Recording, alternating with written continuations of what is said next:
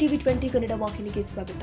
ರಾಜ್ಯ ಉಪಚುನಾವಣೆಯಲ್ಲಿ ಶಿಗ್ಗಾವಿ ಕಾಂಗ್ರೆಸ್ ಅಭ್ಯರ್ಥಿ ಯಾಸೀರ್ ಪಠಾಣ್ ಗೆಲುವಿಗೆ ಉಸ್ತುವಾರಿ ವಹಿಸಿಕೊಂಡಿದ್ದ ಮಾಸ್ಟರ್ ಮೈಂಡ್ ಜಿಲ್ಲಾ ಉಸ್ತುವಾರಿ ಸಚಿವ ಸತೀಶ್ ಜಾರಕಿಹೊಳಿ ರಣತಂತ್ರ ಯಶಸ್ವಿಯಾಗಿದ್ದು, ಬಿಜೆಪಿ ಭದ್ರಕೋಟೆಯನ್ನ ಸತೀಶ್ ಜಾರಕಿಹೊಳಿ ಭೇದಿಸುವಲ್ಲಿ ಯಶಸ್ವಿಯಾಗಿದ್ದಾರೆ.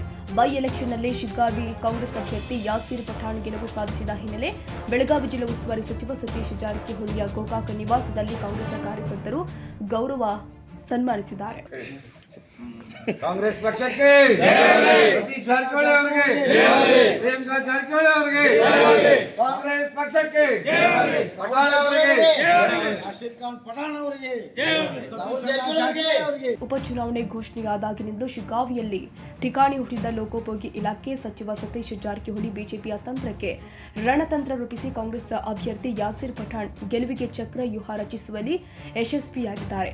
ಕಾಂಗ್ರೆಸ್ ಕಾರ್ಯಕರ್ತರ ಪಡೆಯೊಂದಿಗೆ ಮಾನವ ಬಂಧುತ್ವ ವೇದಿಕೆಯನ್ನು ಸಚಿವ ಸತೀಶ್ಗೆ ಸಾಥ್ ಕೊಟ್ಟಿದ್ದು ಶಿಗ್ಗಾವಿ ಗೆಲುವಿಗೆ ಕಾರಣವಾಗಿದೆ ಎಂದು ವಿಶ್ಲೇಷಣೆ ಮಾಡಲಾಗಿದೆ. ಕನ್ನಡಿಗರ ಮೆಚ್ಚಿನ ನಿಮ್ಮ ಟಿವಿ 20 ಕನ್ನಡ ವಾಹಿನಿ ಇದೀಗ ಟಿವಿಯಲ್ಲಿ ಲಭ್ಯ. ಕರ್ನಾಟಕ ಮತ್ತು ದೇಶ ವಿದೇಶದ 360 ಡಿಗ್ರಿ ಸುದ್ದಿ ವಿವರವನ್ನ ಪಡೆಯುವುದಕ್ಕೆ ಟಿವಿ 20 ವಾಹಿನಿಯನ್ನು ಲೈಕ್ ಮಾಡಿ, ವಿಡಿಯೋಗಳನ್ನು ಶೇರ್ ಮಾಡಿ, ಕಮೆಂಟ್ ಮಾಡಿ, ಸಬ್ಸ್ಕ್ರೈಬ್ ಮಾಡಿ.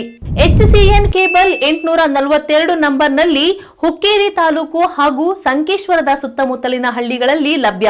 PCN ಕೇಬಲ್ 129 ನಂಬರ್ನಲ್ಲಿ ಹಾರುಗೆರೆ ಸುತ್ತಮುತ್ತಲಿನ ಹಳ್ಳಿಗಳಲ್ಲಿ ಲಭ್ಯ. ರಾಯಬಾಗ್ ಡಿಜಿಟಲ್ ಚಾನೆಲ್ ಕೇಬಲ್ 80ನೇ ನಂಬರ್ನಲ್ಲಿ ರಾಯಬಾಗ ತಾಲೂಕಿನ ಸುತ್ತಮುತ್ತಲಿನ ಹಳ್ಳಿಗಳಲ್ಲಿ ಲಭ್ಯ.